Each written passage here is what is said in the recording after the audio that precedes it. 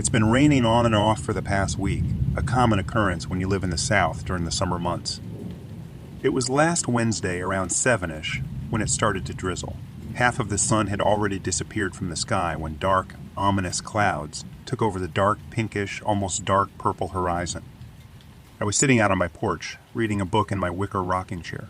I very much enjoy the rainy weather that comes with this time of year. I find the soft drip drops of the rain pitter-pattering on the ground below comforting. As I sat there gently rocking in my chair, nose deep into my young adult fantasy romance novel, I noticed that the world around me had gone silent. The sweet bird song and the sound of the branches swaying up and down as the little squirrels traveled along then ceased to exist. Curious, I re-emerged into reality and took a peek in front of my yard. I live atop a rather steep hill in a rather large house for just myself. I'm located by a main road that goes in and out of the tiny town I inhabit. My only neighbor for about a mile and a half is the small but lush green woods that are right across the street from my house. Since it was dusk, there wasn't much light, and the dark gray storm clouds above my head didn't help. But I swear I could make out the shape of a person just a few yards from the tree line. I couldn't make out any defining details, and for a second I thought I might just be seeing things. But the sheer darkness of the person's silhouette, the darkest shade of black I've ever seen, contrasted vastly with the dullish gray that surrounded it and convinced me otherwise. Freaked out, I quickly got up from my rocking chair and went straight into the house, locking the door behind me as I entered. After a quick sweep of my estate, making sure all the windows and doors were locked, I felt relatively safe again. My bedroom window faces onto the street, so I snuck a glance to see if the person was still there. By now it was dark outside, and without any light, I couldn't even see down to the road. With a sudden flash of lightning, the person's silhouette was illuminated. A loud crack and boom of thunder sounded seconds later. The storm had picked up, and rain was pelting against the roof and windows of my home. The singular street light hummed to life, illuminating the figure permanently. It was closer to my house now, practically in the middle of the road. I'm almost 100% sure it was facing my house. They looked completely dry, considering the heavy rain falling down from the heavens. Another flash of lightning caressed the sky and was followed by another powerful crack of thunder. The ambience of the storm just made my whole situation 10 times creepier. I decided that if I heard any suspicious noises directly outside my house, I would call the authorities, although it was terrifying to see the figure wasn't really harming me, besides being nightmare fuel, so I couldn't do much about it. I left the window and crawled into bed with my book. I began to pick up where I left off, but my ears strained for any suspicious sounds. Eventually, though, I fell asleep. I awoke the next morning to birds chirping and golden rays of sunshine shining directly into my eyes. The events of last night caused me to go to my window first thing. All I saw was a small car driving past in the same tree line that had greeted me every morning since the day I moved in. After a cup of coffee, I decided to look around my property for footprints or anything that could indicate a possible crime was almost committed. Call me paranoid, but that person could have been a robber, or even worse yet, an escaped convict. I didn't live by any prisons, but it was still a possibility, in my mind anyway. The rest of the day went as any other. I ate breakfast, tidied up the house, and by the time that was done, it was time for dinner. As I finished cleaning the kitchen after my meal, I could see the storm clouds rolling in from the window that overlooked my porch from the kitchen sink. It was going to be another rainy night, and I was elated. About an hour later, it began to rain again. I thought nothing of it as I sat down to catch up on some TV shows. Normally, the rain showers would last 30 minutes to an hour, but by the time 2 hours had passed, it was still raining outside. The day was extra humid than normal, and I've been in several-hour showers before, so yet again I chalked it up to good old Mother Nature. I decided to take a peek out of my bedroom window, either out of paranoia or curiosity, or just because I knew deep down in my gut. There they were, under the street lamp, 3 figures this time. One was in front, and 2 behind the first one, equidistant to each other, all looking like carbon copies of the first one. I watched for hours as they just stood there. I don't know who they were or what they wanted, and it freaked me the fuck out. Eventually, I got agitated and stormed out onto my covered porch. "What the hell do you want?" I yelled at the figures. No response. "Why are you here? If you don't leave, I'm going to call the cops." Again, silence. I stormed back inside. Comically, as I slammed the door, a loud thunderous boom shook my house as a light blue streak lit up the sky. I tried to call the police, but my phone line was down. I could have gone outside to my car, but my gut told me not to go near those things. I remembered that they were gone this morning, so all I could hope to do at the moment was wait. I awoke to gray storm clouds. It was still raining, and those things were still out there, taunting me, beckoning me. I turned to the news channel. At this point, it had been raining for 15 hours. Absolutely nothing about the continuous rain. And it continued to rain. It's been raining for a week straight. I'm trapped in my home. Every single fiber of my being is telling me not to go out there because they're still there. Even in the middle of the day, when visibility is best, their only black bodies are there, glaring at me menacingly. I've concluded they are some kind of shadow creatures with nefarious intent. They keep coming, multiplying. I think there are at least 100 of them out there by now. They keep coming closer.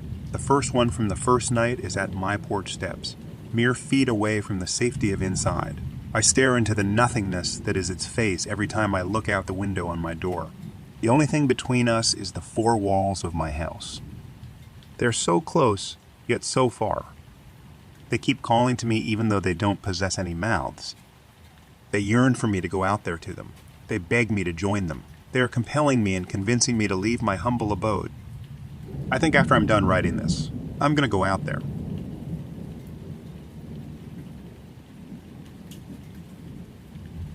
This is a story that takes place up north in Michigan, but it happened to my dad. At least he swears it did. My dad and his buddy were staying a weekend at the cabin, and they were sitting in front of the furnace as the rain was pounding the roof and windows outside. They were drinking beers and telling stories, catching up and whatnot. All of a sudden, out of nowhere, in between the crackling of the fire and his buddy telling a story, they heard a woman cry out, "Help me!" Thinking they were just really buzzed, they paid it no mind and continued their conversation. Then it happened again. "Help me, please help me." My dad and his friend looked at each other, shocked. I definitely heard it that time, dude. What do we do? My dad reached for the flashlight and clicked it on. "Help me, please," the woman cried again. My dad shone the flashlight around the woods, trying to locate the woman. "If you can see us, come towards the light. Come towards us," my dad and his buddy shouted as the flashlight lit up the small patch of woods and cast dancing shadows everywhere. Then, all of a sudden, there she was. This skinny, frail-looking woman stumbled out from the shadows. She was covered in blood and her hair was matted. Her dress had been sliced apart. My dad got a sinking feeling in his stomach. "Oh my God, are you okay? What happened? How can we help?" This was before cell phones, so there was no way to phone the police. The woman collapsed, and my father and his buddy hoisted her up around their shoulders, leading her to a bench where she could sit down. She was sobbing uncontrollably as they draped a blanket over her and did their best to tend to her wounds. When she was able to gain her composure, she told my dad and his friend her story. Apparently, she was with her boyfriend out in a car in the woods, and he wanted to do things she wasn't ready for. She rejected him, but he tried to force himself on her. He beat her up, slashed her dress, then kicked her out of the car before peeling off. She then started wandering the woods looking for help before stumbling across my dad and his buddy. They cleaned her up a little more and let her crash in the cabin for the night. In the morning, they took her home. She gave them both a hug and a kiss on the cheek before disappearing inside. A few days later, they went back to the house to check on the lady from the woods, but her mother answered the door. "Can I help you, gentlemen?" she asked. Yes, ma'am. We dropped off a woman here a few days ago, and she was in rough shape. We were just checking in on her." "Oh, you mean my daughter?" "I think so. Can we see a picture?" Her mother went back inside the house and came back with a picture of her daughter. When my dad and his buddy confirmed it was her, the mother gave a little laugh. "Boys, my daughter has been dead for 10 years. If you did see her, it's because it was the anniversary of her death." My dad stood there stunned. "I appreciate you coming by, though. It's nice to know she's still around." Her mother chuckled as she shut the door, leaving them speechless. They turned around and headed back to the car. My dad always says that wasn't the scary part. What still baffles him and his friend to this day is when they look back at the house before pulling the car door open, only to be met with a vacant lot with a for sale sign.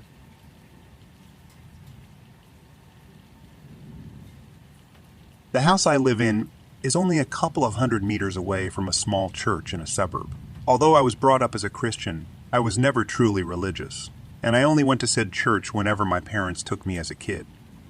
My dad died when I was a teenager and we stopped going as a family altogether. After that, I only went whenever my friends asked me to tag along. Now, I'm 21, and I only pass by the church whenever I have to go into the city, because there's a dirt road beside it that leads to the parking lot behind, adjacent to a major road, where it's easy to catch a bus to work. It was closer than the village gate, in the opposite direction, and I only had to ride one bus from there. I am not an easily scared man, nor have I previously experienced lasting trauma after being spooked, and I'm here to tell you that what I saw beside that church 3 months ago still haunts me to my core. A storm was announced to hit earlier that week, but leaving for work that early Thursday morning, the skies were clear, not a single cloud to cover the starry sky, so I didn't bring an umbrella. I climbed over the parking lot gate because it was chained shut until 6 for the first Mass. The guard at the outpost didn't mind because the church staff knew my family well. I work at a hotel as a line cook, and it's a very demanding job. I have to leave home before sunrise, and most days I work long after it has set. The only time I get to see the sun is if I'm assigned to a station at the buffet, where we have a view of the poolside. It was an average, overworked, and underpaid kind of day for me. I wasn't assigned to the buffet line. I stayed in the kitchen where there weren't any windows, so I was surprised to see the flooded streets when I clocked out. Apparently, it had been raining heavily all afternoon, and it subsided around sunset. It was around 8 in the evening when I left the hotel, and in my country, flooded streets meant standstill traffic for at least a couple of hours. This wasn't that uncommon. I had dealt with similar situations before. It also meant I could sleep on the bus, so it wasn't too upsetting. Fast forward to around midnight and it's pouring out again. I'm not too far off from the church parking lot, so I decided to get off the bus and start walking because it hadn't budged for the last 10 minutes. I put my phone and wallet in my waterproof backpack, which also contained a spare shirt, my house key, and my knife set. I didn't mind getting wet. Around this time, the parking lot gate was already chained shut, but I climb over it like I usually do. It was flooded knee-deep in the parking lot, and there was no security guard at the outpost. I figured he retreated into the church. It's dark, but I focus on the small lights from the houses in the distance. They only look like dots from that far. I trudge my way through the open parking lot that could have passed as a kiddie pool when I hear this strange sloshing at the far corner to my left. Due to the heavy rain, I couldn't clearly make out what was there, but I knew that I wasn't alone. All the lights in the lot were shut, and the only things to guide me were the few lights of the houses far ahead in my memory of the area's landscape. It's a straight shot from the dirt road, so I didn't have to worry about a light source. The sound of all the falling raindrops accumulated into a dull, static noise, so it was easy for me to hear that there was something going on in that corner. I could see the shape of a person who seemed to be sitting down, so I could only see from the waist up. As I got closer, and my eyes better adjusted to the dark, I could tell that it was a woman because of her long hair and curvy outline. She was flailing her arms and splashing the water around, grunting as she pounded her fists into the water. She was about 2 cars' length away, so I wasn't too concerned about it. I've dealt with crazy people before. I glanced over a few times as I passed her and then got to the dirt road. Quite unnerving. She was out of my line of sight at this point, and the mud made it hard to walk. Water was only ankle deep, but I kept having to jerk my foot free after each step because my shoes would sink into the mud. A small splash made me look over my shoulder, and in the darkness of that dirt road, the woman was splayed out face first in the shallow water. I froze, thinking about whether or not I should help her. I hated the thought of being the guy who let someone drown in water 6 inches deep. She was about 10 steps away from me, and before I could decide what to do, she started to move. It was too dark to see any details, but her outline was distinguishable enough for me to see that she was looking up at me. She slowly got on her hands and feet like she was about to stand, but her hands lingered on the ground, rump in the air. I was already scared pale at this point. My legs didn't work, and I thought of reaching for my knives, but I was afraid to move. And then she starts crawling toward me on her hands and feet. This sends a jolt through me, and all of a sudden I'm sprinting toward my house. I could hear the splashes behind me along with her coarse breathing, almost like she was coughing. My eyes started filling with tears, and the rain against my face made the light in the distant houses blurry, but I knew that at that point I was running for my life. I couldn't tell if she was catching up, but I didn't have it in me to look back. I heard her yell in a voice so rough it resembled a pig squeal, short, sharp, and loud, a wordless shout of anger. I believe that was the fastest I ever ran in my life. At this point, I couldn't hear anything but the rain, deafening, unrelenting, and violent. My house was close.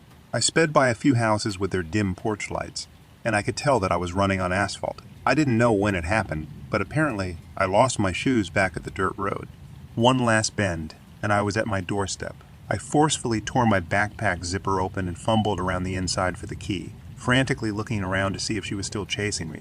I got in the house, slammed the door shut, and collapsed. I don't recall the rest of that night, but when I woke up the next morning in my bed, my older brother filled me in. He was awake when I got home that night and went to the front door when the noise alerted him. He said I was on my knees, leaning against the door and quietly sobbing to myself. He woke my mom and they were trying to console me, but I wouldn't talk. They tried to ask me questions, but I would just shake my head. They got me into some dry clothes and led me to bed. Over breakfast, I explained what happened, and my mom said she'd notify the village guards. I could tell that they were concerned for my safety, but they didn't understand the fear that I felt. My brother even joked about it. I didn't go to work that day. In fact, I took the rest of the week off because I caught a fever. The guards conducted a minor investigation and even increased patrol for a while, but they didn't find anything but my shoes in the parking lot. When I did get better, I started taking the long walk to the main village gate to work. Going home, I now carpool with a buddy who can get me close enough to home that I don't have to use the dirt road route. On days that he can't drive me, I take a taxi, even if it hurts my pocket a bit. I can't walk alone anymore without glancing over my shoulder every 5 seconds. Sudden loud noises make my heart jump. I can't stand the sound of rain. I've been getting better, though. I can sleep with the lights off now. I just wish I would stop seeing the crawling woman's shape when I start drifting off to sleep. I wish I could tell you more about her. I honestly do.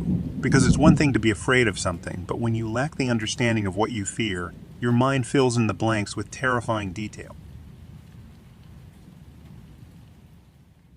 Click on this next video if you enjoyed for more content like this. And subscribe if you haven't already. It really helps the channel.